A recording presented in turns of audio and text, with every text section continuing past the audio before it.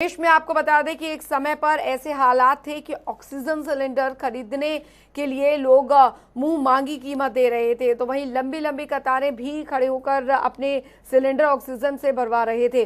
वहीं फरीदाबाद के railway station परिसर में ऑक्सीजन से भरे करीब 10 से ज्यादा टैंकर खड़े हैं और ये टैंकर गुजरात के जामनगर, हजीरा और उड़ीसा के राउरकेला और साथ ही अंगुल से ऑक्सीजन स्पेशल ट्रेन के जरिए लाए गए थे, लेकिन ज्यादा दिन तक ट्रक खड़े होने की वजह से ये ऑक्सीजन लीक होने लगी है। टैंकर चालकों ने बताया कि हमें अभी तक ये नहीं बताया गया है कि ऑक्सीजन की सप्लाई कहां देनी है। इसके अलावा हमें घर भी नहीं जाने दिया जा रहा है। सब इंस्पेक्टर राजपाल सिंह का कहना है कि उन्हें अभी जो सभी ऑक्सीजन टैंकर चालकों की देखरेख करने की जिम्मेदारी सौंपी गई है, जिसे वे बखूबी निभा रहे हैं।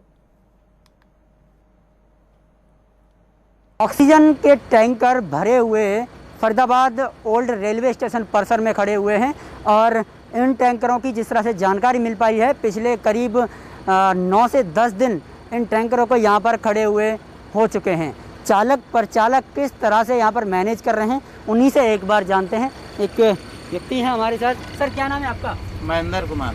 महेंद्र जी, कितने दिन हो गए आपको यहाँ पर? 9 दिन हो चुके हैं मुझे। 9 दिन हो गए। कहाँ से आए थे? अंगुल से, उड़ीसा। उड़ीसा से। तो ऑक्सीजन जो रेल आई थी एक्सप्रेस, उसके अंदर आए थे आप? जी। तो कहाँ लेके जाने थे आपको? अब हमें कोई कंफर्म मिल नहीं, ऑर्डर कहीं का मिल नहीं रहा। मैसेज नहीं मिला है कहाँ लेके जाने हैं? कोई मैसेज नहीं है। तो 9 दिन से यहीं खड़े हैं आप? हाँ, 9 दिन से यहीं खड़े हैं। किस तरह की व्यवस्था है यहाँ पर? व्यवस्था सही है, खाना पीना मिल रहा है, रह रहे हैं, क्या करेंगे। तो क्या रहने वाले कहाँ से हैं आप? कानपुर। कानपुर से। जी। तो आपने बात नहीं की अपने कोऑर्डिनेटर से या ऊपर किसी अधिकारी से? हर जगह बात की है, वो गवर्नमेंट के अंडर में है। गवर्नमेंट फोन ही नहीं रिसीव करता मेरे एडिटर का। तो अभी कोई मैसेज नहीं मिला है? नहीं। तो जब तक कोई मैसेज नहीं मिलेगा यहीं खड़े रहेंगे? बिल्कुल, क्या करेंगे, नौकरी करनी है तो रहना ही पड़ेगा। राजकीय रेलवे पुलिस के जो सब इंस्पेक्टर हैं राजपाल, उनको दी गई है और वो बखूबी इस जिम्मेदारी को निभा रहे हैं। और जिस तरह से हमारी जो यहाँ के चालक परिचालक हैं टैंकरों के, उनसे बात हुई तो उनका कहना है कि उन्हें किसी तरह की कोई परेशानी नहीं हो रही है। उनको समय पे खाना मिल रहा है, समय पे नहाने धोने की सभी व्यवस्थाएं राजपाल जी ने करवा दी हैं। और हमारे साथ मौजूद हैं सब इंस्पेक्टर राजपाल, उनसे जानते हैं कि किस तरह की व्यवस्था उन्होंने इन लोगों को दी गई हैं और कब तक ये व्यवस्थाएँ जारी रहेंगी।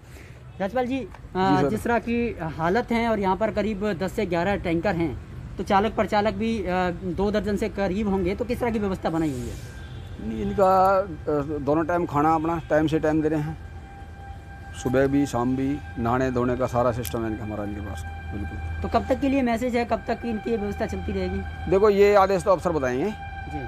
हमारे पास तो जो जितनी जिम्मेवारी हमें दे रखी है अफसरों ने, वो हम निभा रहे हैं अपने तरीक़ा से। आदेश जैसे होंगे जाने के कहीं गैस के, तो हम भेज देते हैं। अभी तक कोई ऐसा मैसेज नहीं है कि एक टाइम लिमिट रखती हो कि 25 तारीख या 20 तारीख तक? नहीं, ऐसा कोई टाइम नहीं। अभी तक कोई टाइम? जितने को जरूरत होती है सरकार को आदेश कर देती है, हमारे पास अफसर मैसेज भेज देते हैं, गाड़ी भेज देते हैं। जी सर। तो जिस तरह से राजपाल जी का भी यही कहना है कि जो उनको मैसेज मिला है और जो उनको जिम्मेदारी दी गई है, उनको खाने पीने की और यहाँ पर रहने की और नहाने धोने की व्यवस्था उन्होंने करवा दी है, लेकिन अभी तक ऐसा कोई मैसेज नहीं मिला है कि ये व्यवस्था कब तक जारी रखनी है। जब तक ऊपर से कोई आदेश नहीं मिलेगा तब तक ये व्यवस्थाएं पूरी तरह से उनकी तरफ से जारी रहेंगी। फरीदाबाद से जनता टीवी के लिए गजेंद्र राजपूत। और इसी खबर पर ज्यादा जानकारी के साथ संवाददाता गजेंद्र राजपूत हमारे साथ जुड़ गए हैं। गजेंद्र, आखिरकार वजह क्या बताई जा रही है कि ऑक्सीजन टैंकर्स जो कि जीवन रक्षक वायु है, ये यहाँ पर टैंकर्स में यहाँ पर पड़े हुए हैं, कोई आदेश नहीं दिए जा रहे कि कहाँ इन्हें सप्लाई करना है और अब बाकायदा ये लीकेज शुरू हो गई है इसमें?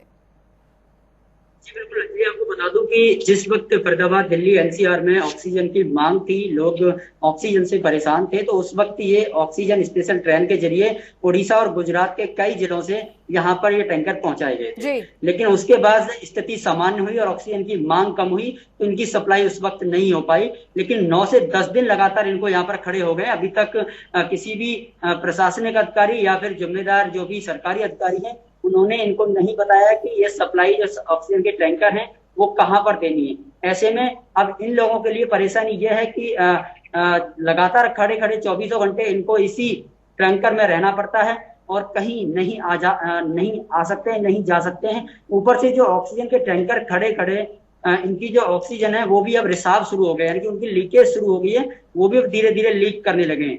ऐसे में जब हमारी बात हो पाई तो उन लोगों का कई यही कहना है कि इनको जो अंदर की खबर मिली है कि आगे की तैयारियों में जो सरकार जुटी हुई है उसको लेकर सरकार ने दिल्ली एनसीआर के आसपास ऑक्सीजन की जो कमी थी पहली, अब उसको पूरी कर लिया। यानी कि अगर थर्ड वेव आती है तो बच्चों को कहीं अगर ऑक्सीजन की कमी आती है तो फिर से वही हालात ना हो जो दूसरी वेव में युवाओं को और अन्य बुजुर्गों को देखने को मिले थे। तो इसलिए इन लोगों ने दिल्ली एनसीआर के पास कई टन ऑक्सीजन इकट्ठी की हुई है ताकि आगे हालात बिगड़े तो ऑक्सीजन की सप्लाई जल्द से जल्द अस्पतालों में पहुंचाई जा सके। लेकिन गजेंद्र, इसे लापरवाही कहेंगे, क्योंकि अगर ऑक्सीजन मंगाई जा रही है तो उसके स्टोरेज का पूरा प्रबंधन करना भी एक बहुत बड़ी जिम्मेदारी है। बावजूद इसके वो नहीं किया गया है और अभी भी कोरोना संक्रमण दर जो है वो घटी जरूर है, लेकिन कोरोना संक्रमितों की संख्या अभी भी कम से कम वही है और कई अस्पताल में भर्ती हैं, ऑक्सीजन की जरूरत है। ऐसे में इस तरीके की लापरवाही कि ऑक्सीजन टैंकर खड़े हैं उसमें से लीकेज हो रही है और कोई आदेश भी नहीं दिया जा रहा कि इन्हें सप्लाई क्या करना है। जी बिल्कुल, जिस तरह से जो oxygen tanker old railway station Faridabad के परिसर में खड़ा है, ये कोई समाधान नहीं है। यहाँ खड़े होना ना तो इनकी ये तो एक, क्योंकि रेलवे स्टेशन की जो रेलवे से या टैंकर होते रहते तो वहीं पर खड़े हो गए और वहां से उनको जाना था, लेकिन जो परमानेंट 9 से 10 दिन खड़े हैं और आगे भी ये भी अभी तक नहीं पता है कि कब तक यहाँ पर खड़े रहेंगे और खड़े रहने का फायदा क्या है। अगर जो ऑक्सीजन है अगर उसका रिसाव जिस तरह से शुरू हुआ है तो कुछ ही दिनों में वो जो ऑक्सीजन है वो टैंकर खाली हो जाएंगे रिसाव के चलते। तो खाली टैंकरों का आगे अगर उपयोग होगा तो उनका कोई फायदा नहीं हो पाएगा, ना ही किसी को कोई लाभ मिल पाएगा। तो बेहतर यही होगा कि सरकार इनकी ओर ध्यान दे और इनका कहीं पर ऐसी जगह इसका स्टोरेज करवाए जहां पर ये सुरक्षित रह सके और जहां से जरूरत पड़ने पर वहां की सप्लाई भी दी जा सके। गजेंद्र, कितने टैंकर्स बताए जा रहे हैं, कब से यहाँ पर रखरखाव इनका किया गया है? फिलहाल कोई ऐसी जानकारी अभी तक मिल पाई है क्या? जी, अगर टैंकरों की बात करें तो करीब 10 से 11 टैंकर ऐसे हैं जो ये गुजरात और उड़ीसा के जिलों से यहाँ पहुंचे थे, लेकिन इनके अंदर अगर प्रत्येक एक टैंकर की बात करें तो उसके अंदर 22 टन ऑक्सीजन है।